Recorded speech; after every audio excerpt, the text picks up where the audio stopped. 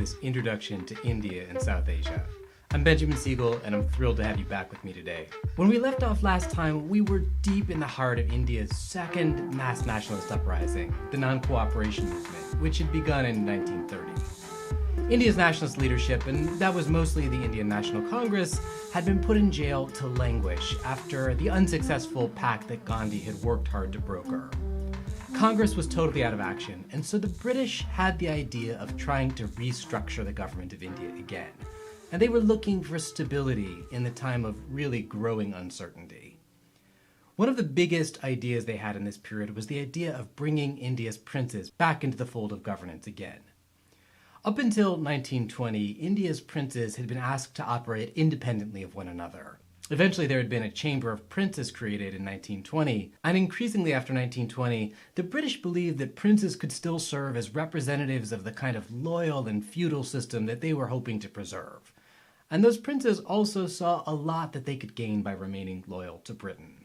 And so the princes with British support offered an early proposal that British India and princely India be joined into a single federal state. This was one of a lot of different visions that percolated in this period, and it seemed to give the British the hope of hanging on to a country that looked like it was slipping out of their fingers. In these days, the British were clinging fast to the idea of divide and conquer, and they were pursuing it on different fronts. While Congress was organizing, India's Dalits, its untouchables or lower castes, had begun to organize. Their most prominent leader was a man named Pimrao Ambedkar, or B.R. Ambedkar. We're going to talk a lot more about him later when we get to independent India and the making of India's constitution. But what you should know for now is that Ambedkar was a brilliant and ambitious young scholar. He was a Dalit who had overcome a lot of odds to go and study overseas in New York. And after studying economics and sociology at Columbia University, Ambedkar came back to India with a new vision for how India's Dalits should organize themselves. This flew in the face of Gandhi's idea for Dalits. He wondered why their interests couldn't be represented just as well by the Indian National Congress. And in 1932, the British government, seeing the writing on the wall, agreed to what they called the Communal Award. The Communal Award was supposed to give special treatment and separate electorates to different minority groups, and the most important were India's Dalits. The hope was that this award would help neutralize the powerful, forceful case for self-rule that Gandhi and the Indian National Congress had been making. Gandhi was still in jail at this point, but he was furious at the idea that Dalits were going to be given separate electorates from Hindus under this award. He still saw himself as the guardian of India's downtrodden lower castes, and instead of using the word Dalits for them, he used a kind of patronizing word, Harijan, meaning children of God. And Gandhi announced that he would be undertaking what he called a fast unto the death in the hopes of getting the British government to overturn the Communal Award. Gandhi's health began to decline and people were worried. And finally, there was a compromise brokered, where the separate electorates promised to untouchable voters were replaced by seats that were reserved for untouchables in different Indian legislatures. This was a kind of bureaucratic compromise, and it brought the feud between Gandhi and Ambedkar to a temporary end. The government made promises of new access for Dalits to roads, wells, temples, other public places, but it would still take many decades before real progress began to be made for Dalits in India. After the Communal Award, the government of India tried something new in 1935 with the Government of India Act. This was another strategy, and a conservative one, that was an attempt to consolidate power when it really seemed to be fading. It did away with that earlier system of diarchy that had been established a few decades earlier, and instead, it made New Delhi the capital of a federal system. It extended the areas of provincial autonomy, and it made regional ministers responsible to their local legislatures, which were now in charge of all branches of government. In some ways, it looked a little bit like the federal system we know from the United States. This effort to make India into a federal system would have long-term consequences, but some of those consequences wouldn't become clear until many decades later. We'll talk about them. In the short term, the Government of India Act of 1935 ended up breathing new life into Indian popular politics. The Indian electorate had been expanded, and now around 30 million Indians could vote. That was about a sixth of the adult population, and even some women. When they were let out of jail, the Congress leaders were looking forward to campaigning one more time. But now they were in a better position than before. Gandhi had helped bring the Congress to national preeminence through the civil disobedience campaign. He had had a massive army of volunteer workers to help him. And so when elections were held in 1936 and 1937, the Congress won half of the seats that were available in provincial legislatures and had majorities in 8 out of 10 provinces. As it turns out, the Congress wasn't actually that good at governing, and it disappointed a lot of Indians who had hoped for more aggressive nationalist goals. Mostly, the Congress, when it was in power, just cooperated with British provincial governors, and it worked to promote law and order. This was basically pretty predictable. The party had been an organization of merchants, of professionals, of wealthy peasants, and so it didn't really need to move on a more radical economic or social platform, even though it was a time of crisis. Congress also really struggled to win over Muslims. The party had an absolute majority of legislative seats, and so it didn't really need the support of the Muslim League. But the Muslim League was winning some of the provincial seats that had been reserved for Muslims. And it seemed like both the Indian National Congress and the Muslim League were vying for the support of India's large Muslim population. That party that we talked about a little while back, the Muslim League, hadn't been really successful in its campaigning. After the elections of 1936 and 37, it really focused its efforts on moving past the low 5% of the Muslim vote that it received in those elections. And Congress was also announcing a mass contact campaign that would try to appeal to Muslim voters. This campaign backfired, and Muslims were turned off by policies that they saw as really too little too late. They were worried when they saw the Congress leadership and believed it to be overwhelmingly predisposed to Hindu interest, dominated by commitment to Hindu symbols like the cow and the Hindi language. On the level of policy, these allegations didn't really have a lot to back them up. The Congress leadership really was trying hard to be fair and inclusive to all of India's populations. But a lot of new recruits had come into the party. Many of them had come from northern Indian villages.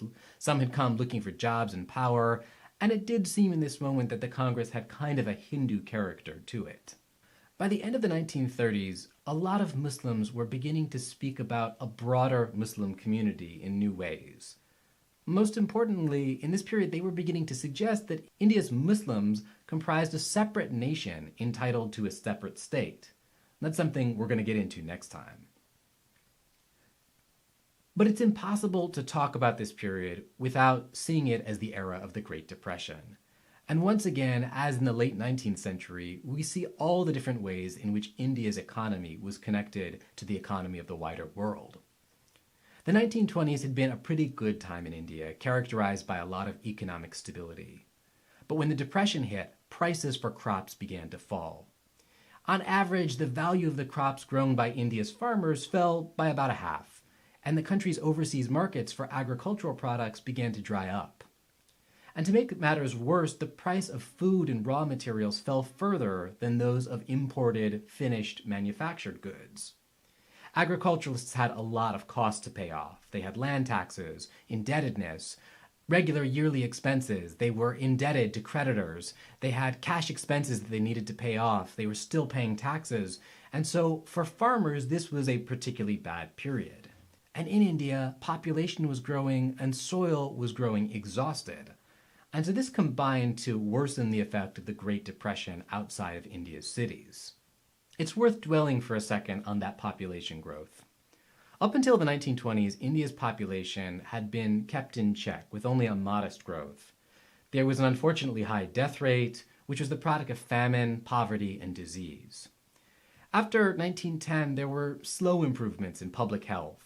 Major famines really disappeared for about 30 years after 1910. And so there was a slow but steady increase in population in this period, about 1% a year. But population growth wasn't being matched by a similar increase in food production. There was commercial agriculture that was growing in this period, and more land was irrigated in modern ways, but this was mostly taking place in Punjab in the northwest. Elsewhere in India's south and east, where they grew rice, that crop wasn't doing quite as well. And so as a result, India was seeing an overall decline in the availability of food for its population, and this would have disastrous consequences at the beginning of the 1940s. There wasn't a whole lot of industry in India at this period. It was a small percentage of the Indian economy. But it did do better in the Great Depression than agriculture did. India's industrialists were also bankrolling a lot of the nationalist movement. And so Britain's colonial government realized that they would have to play nice with the industrialists. And so over a lot of protests from British manufacturers, Britain began in the 1930s to abandon the favorable policies that they had had for British industry as it exported to India. And so from the 1920s forward, there was a degree of protection that was afforded to particular Indian industries, things like iron, steel, textile, sugar, paper, and matches.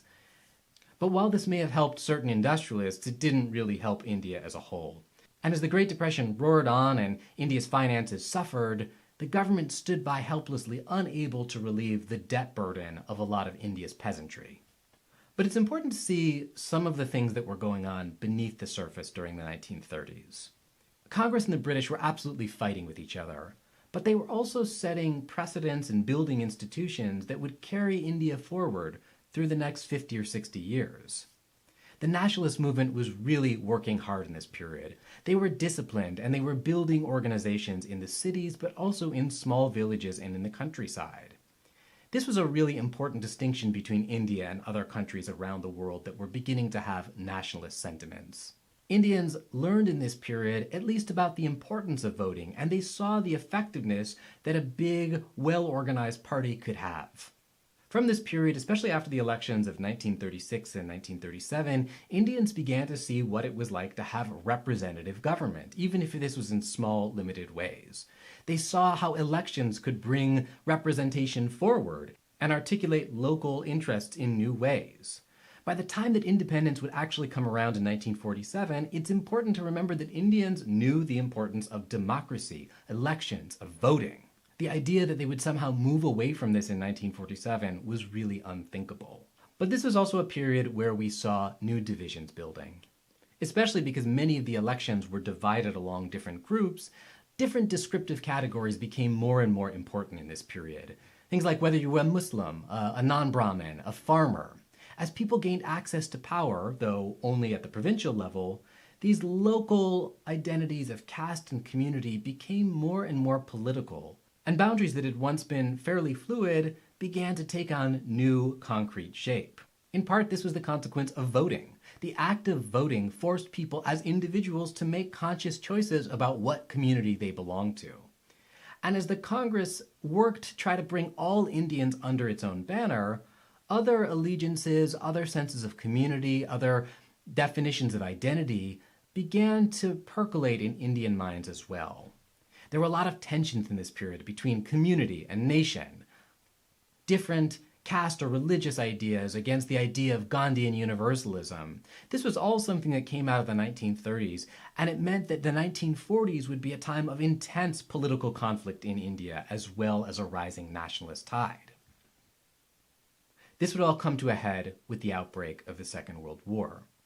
In September 1939, when the Second World War broke out, the Viceroy of India, Lord Linlithgow, declared that India was also at war with Hitler's Germany.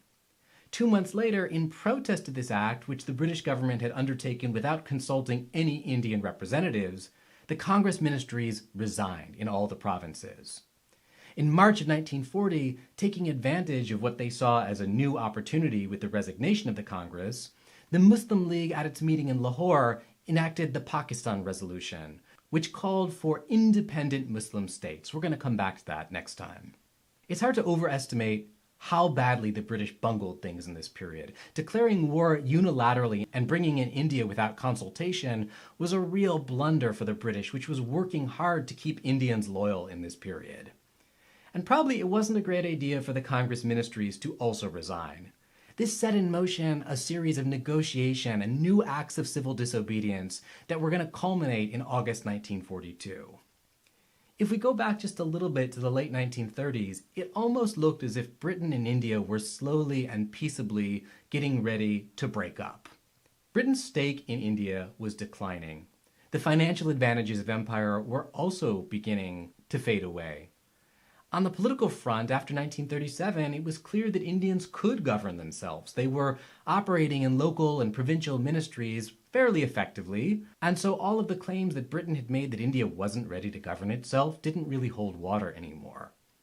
But when the war came and the Congress ministry resigned, everything seemed to be thrown topsy-turvy. And the British couldn't in this period afford to lose India. First fighting against the Germans, and then fighting against Japan as well, it was clear that the British would need Indian resources. They would need men to fight, they would need material to power the war, and they would also need the secure bases in Asia to fight on the Asian front. The Indian army saw a spate of new recruits. It was increased in size tenfold, and Indians were asked to fight in the Middle East and Southeast Asia, and to protect the home front as the Japanese advanced upon Assam in India's northeast. The British worked to feed, clothe, and arm a very large army, and they consumed all of their investments in India. And by the end of the war, India was no longer in debt to Britain. Instead, Britain owed India more than £1 billion. Britain had messed up. They needed to get Indians on board, or at least try to. It wasn't like in the First World War, where Indians had readily volunteered for what they saw as their cause. The Second World War coded very differently to India. It seemed to be a war that India had no interest in fighting. And so Britain realized that they were going to have to work hard to try to get Indians to fight this second time on behalf of the empire. In April 1942, Britain sent a diplomat, Stafford Cripps, to Delhi in what was later called the Cripps Mission. Cripps told Indian negotiators that Britain was willing to offer India independence and to form a constituent assembly to help build a constitution for Indian independence, on the conditions that Indians fought in the war. But they added an important caveat, which was that no unwilling portion of the country should be forced to join that new independent state. And of course, here they were talking about India's princely states, which was almost half of the territory of India. This wasn't a good deal for Indians, but it was a sign that Britain was desperate. Britain was willing at this period to go further than it had ever gone before to assuage nationalist sentiment, to promise independence at the end of the war. And this was made a little more urgent by the fact that the United States, under President Franklin Roosevelt, insisted that it wasn't fighting this war to preserve the British Empire, so that Britain was essentially on its own. The Cripps mission didn't work. The Congress had demanded that the Viceroy's Council would be transformed into a proper cabinet that would answer to an Indian legislature, and they also wanted the Defense Ministry transferred immediately into Indian hands, and Britain wasn't able to do that. Cripps was deeply sympathetic to the Indian cause. He was a leftist member of the Labour Party and a personal friend of Nehru. But there was too much suspicion and animosity in this period, and the distrust made that mission doomed to failure. By 1942, there was a new government in Britain led by Winston Churchill. He was the head of a coalition government, and he insisted that he had not become the king's chief minister to preside over the liquidation of the British Empire. And Gandhi, like a lot of the Indian National Congress leadership, wasn't that sure that Britain was going to win the war with the Allies. He said that the Cripps offer was a post-dated check on a failing bank. But once the Cripps offer had been extended, there would be no going back on that promise of a post-war independence for India. But Congress was growing desperate. The negotiations over the Cripps mission collapsed, and in the summer of 1942, the Congress leadership enacted a massive act of defiance, which they called the Quit India Movement. This wasn't so much a discipline movement like the Gandhian campaigns of 1920 to 22 or 1930 to 32, but what happened in August 1942 was a big eruption of violence. The Congress leadership had actually been jailed at the beginning of the war to try to prevent civil unrest. And so without a leadership, the movement erupted into uncoordinated violence. It was led mostly by lower-level district leaders of the Congress Party, students and activists who were ready for a confrontation. Within days, the uprising of August 1942 had become the biggest threat to British rule since the rebellion of 1847. It started in Bombay, where factory workers took the lead. They rose up with strikes. They attacked the police. But soon, the center of gravity moved to the center of the country, and the countryside in particular, places like eastern Uttar Pradesh, Bihar, and Bengal. It actually looked a little bit like what had happened in 1847, with a peasant rebellion playing out in different ways in different places. There were also militant student groups in this period. They spread out from schools in Benares and Patna, and they joined small farmers who had been recruited by radical organizations not associated with the Congress. They started attacking government property, transportation, infrastructure, the communications network of the British Empire. The Quit India movement was a passionate cry for independence, but it didn't drive the British from India. Instead, it was ruthlessly suppressed. Britain took advantage of a vast number of troops stationed in the country on account of the war, and they were sustained by the belief that the war justified cracking down on domestic rebellion. So the British mobilized their troops and crushed the uprising, apart from a couple pockets of guerrilla resistance, within about 6 weeks. The Congress leadership, instead of being released, was kept in detention for nearly 3 years until the end of the war. But in part because this was the last mass popular movement of the colonial era, people still talk today about the importance of the Quit India movement. It became sort of mythical, this remembered moment of idealism, of sacrifice, of values coming to the fore, a last confrontation against British imperialism. In India during the Second World War, there were crises erupting on many different fronts. The Japanese and the Axis powers were pushing through the Assamese jungles in India's northeast, trying to get a foothold in India. But maybe more importantly was the Bengal Famine of 1943, when somewhere between 2 to 3.5 million people died. This wasn't, as some historians have claimed, a deliberate famine. But like what happened in 1770 in Bengal when a famine killed a third of the population there, it did result from administrative disruption and failure. Rice imports had been stopped into India. Nothing was coming from Burma anymore since it had been occupied. But a local food shortage was allowed to turn into a crisis by the government's decision to move grain away from the countryside into the city, to try to bring supplies and food to the military that was stationed there, as well as to the urban population of Calcutta. Pictures of Calcutta and Bengal's suffering traveled around India. There were wartime images of suffering and death, and everyone around India could see what the British had done in this place which had been so important for them. And on top of all this, 2 Indian armies in this period were fighting against each other. One, of course, was the British Indian Army. It had been enlarged to around 2 million men by 1945, and the British were particularly desperate to recruit. They brought in soldiers from populations that they had never imagined recruiting from before, and for the first time, Indian officers were put in charge of battles themselves because wartime exigencies demanded it. And so by 1945 and the end of the war, India had a national army in everything except for its upper ranks. It was prepared to lead the country into independence. But there was another competing army in this period too, led by Subas Chandra Bose. Subas Chandra Bose had been the mayor of Calcutta. He was a popular left-wing politician who supported the Indian Congress but had hoped that it would move left towards greater socialist policies. Subas Chandra Bose was deeply committed to anti-colonialism and a much more egalitarian social and gender politics than Gandhi was. And after 1939, after he failed to win the presidency of the Congress Party, he broke permanently with it. Bose was marginalized within Congress, and he became an increased target for British surveillance.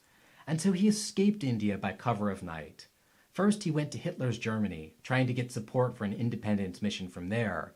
And then, rejected by Hitler, he took a German submarine to Singapore, where he began to build an army from Indians who had been captured by the Axis powers. Much of this army was, in fact, prisoners of war, but other Indian expatriates in Singapore were coming together with the idea that they would liberate India by force. There was even a women's battalion named after the Rani of Jhansi, who had been the legendary female commander during the battles of 1857. Subas Chandra Bose called his army the Indian National Army, and it claimed to represent free India. It didn't actually do very well. It went to Burma and tried to march onwards into India, but it didn't really accomplish much. Except many Indians remembered the army and its slogan. They listened to radio broadcasts purporting to come from Free India, and they warmed to the Indian National Army's slogan of Delhi Chalo, meaning onwards to Delhi. It sounded a little bit like 1857 again. Even Indians who didn't like the fascist ties and the Axis orientation of the Indian National Army were proud of what they saw as an effort to liberate India by force. In 1945, the Indian National Army had been defeated, and so had the Axis powers. Britain made another tactical blunder in this period. They set up a trial for 3 Indian national officers who had been brought back to India. One was Hindu, one was Muslim, and one was Sikh.